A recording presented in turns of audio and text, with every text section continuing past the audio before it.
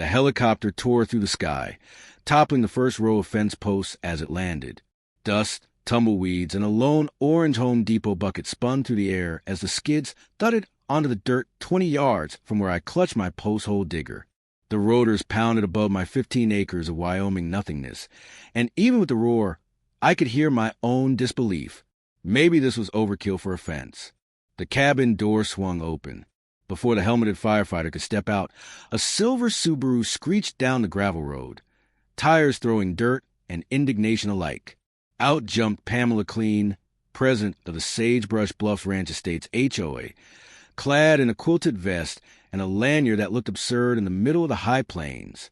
She charged toward me, binder tucked under one arm, hair whipping in the rotor wash. She cupped her hands around her mouth and screamed over the noise, "Eli, you're ordered to cease fence construction immediately." The firefighter blinked at his clipboard, then at me. "You're the guy supposedly blocking the emergency fire break," he yelled. I rested on my post hole digger, squinting through the dust at Pamela, who was already flipping open tabs like she was ready to enforce the skies. I shouted back, "Welcome to my property." 6 months ago, all I wanted was quiet. At 38, I cashed out my remote Denver Tech job, bought boots that squeaked with every step, and moved to Wyoming for 3 things: space, silence, and a sky dark enough to see every star. My lot, 17 in Sagebrush Bluffs Ranch Estates, was 15 scrappy acres outside Laram. Rolling hills, scattered junipers, distant mountains. Exactly the screensaver I'd always dreamed of living inside. There was a catch, naturally, a few light covenants. The realtor promised minimal HOA interference, mostly coordinating snow plowing and the community well. Minimal HOA turned out to be Pamela Clean, human embodiment of vigilance. According to Section 4.3b, she was early 50s, retired from corporate process management, and perpetually squinting for violations. Her Subaru was a mobile office, overflowing with clipboards, legal pads, and laminated flowcharts. At first, I kept my head down. Worked, hiked, watched antelope graze. The only real annoyance? Neighboring cows wandering through my land like confused Roombas. That's when I decided to build a fence. Not a monstrosity, just a simple 4-strand barbed wire line to mark boundaries and keep cows, and eventually HOA presidents, out. Rookie mistake. I mentioned it at an HOA meeting. Pamela smiled the tight, cold smile of someone smelling a bylaw. 3 days after buying my tea, the first letter arrived. Preliminary notice of visual impact inquiry. Pamela's email explained up at the prairie aesthetic. Perimeter fencing must be low profile, visually permeable, and consistent with the community's open range brand. Acceptable options: 3-rail decorative split rail, rustic rope barrier, or boulder groupings. Those are rocks. I muttered, zooming in. I had approval from the county. Checked plat maps, and intended a standard agricultural fence along my boundary. Pamela replied less politely, "You may own the dirt, Eli, but you do not own the view." Then the campaign began. Slow reminders about fencing reducing her movement, diminishing the shared frontier experience. Passive-aggressive HOA emails warning against turning Sagebrush Bluffs into a suburb. A friendly driveway visit, clipboard in hand, tape measure extended, flanked by 2 board members' promised cookies. My orange survey flags? Wrong spot, she declared. "No," I said. "They're exactly where the surveyor put them." She waved vaguely. "This stretch is a shared view corridor." We all agreed to keep it open. Weeks later, flags mysteriously moved 10 feet inside my boundary. Another letter. Potential encroachment on common area. My fence supposedly blocked access to the western overlook, Pamela's dog walking hill, entirely on my property. I started documenting everything: emails, photos, timestamps. Security instincts from past work told me to be ready. Then she escalated. Halfway through the first row of T-posts, a white county pickup rolled in, dust curling behind it. The door opened. Deputy Morales, badge gleaming, followed by Fire Marshal Dunn with a rolled-up map. "Morning," the deputy said. "Report says a fence is blocking an emergency fire break." I blinked. Across a what? Dunn continued. Complaint says you're tampering with a state easement. Who filed it? Morales glanced at his notes. Sagebrush Bluffs Owners Association. President Pamela Clean. Of course. I walked him to my flags, showed the survey, county permit.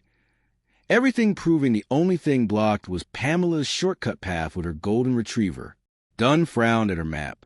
The fire break? Over there. The easement? Technically on my parcel. Pamela's sign? Not covered. Yeah, Dunn said, following the line. Looks that way. I glanced at the half-built fence and Pamela pacing her porch, phone glued to her ear. A calm certainty settled in. Cool, I said quietly. Guess we'll get this sorted at once. Minutes later, the helicopter arrived like a reluctant dragon, swooping low over the ridge, circling once, and settling onto the dusty turnout with the subtlety of an apocalypse. The rotor wash-flattened sagebrush, sent 2 orange buckets tumbling, and lifted a haze of dust that stung my eyes. Out climbed the fire chief, a deputy, and a GIS tech in a county vest, tablet in hand. Then Pamela screeched onto the scene in her Subaru, binder clutched like a talisman, hair whipping, yelling over the rotors. Eli Hartman, you are in direct violation of HOA emergency access guidelines. She strode past the fire chief, past Deputy Morales, directly to me in my post-hole digger. You are ordered to stop this fence immediately. You've endangered this community. Our board has voted to fine you, ma'am. The fire chief's voice cut gravelly through the chaos. Are you the HOA president? Pamela's eyes lit up, finally star of the show. Yes, I am. Thank you for coming so quickly. As I explained on the phone, he's blocked the fire break. We may not get engines through. The situation. The GIS tech cleared his throat, holding up his tablet. Chief, the easement is clear. Road is open. Only obstruction anywhere near access is that big sign. He rotated the aerial view to face them. Neat rectangle labeled Parcel 17 Hartman. Fire access road clear. HOA monument sign squarely in the easement. Boulder landscaping. All on my property. Deputy Morales turned to Pamela slowly. Did you know you reported a non-existent obstruction? Pamela swallowed. I was told. Morales flipped his notepad. Did you also tell dispatch there was a current hazard, that engines might not reach homes today? Potential, she admitted. Morales shook his head. Recording says presently blocked. Urgent response needed. I stood with my hands in my pockets, taking it all in like live theater. Fire Marshal Dunn tapped one of my upright T-posts with her boot. This fence is not touching the easement. He's fine. In fact, it keeps joy riders off the fire road. Chief nodded, then pointed at the HOA sign. That is a problem. GIS tech scrolled through layers. Also looks like HOA scenic overlook picnic table about 20 feet inside his parcel.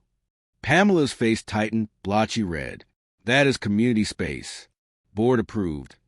Morales' tone turned formal. Board cannot approve anything on land it does not own.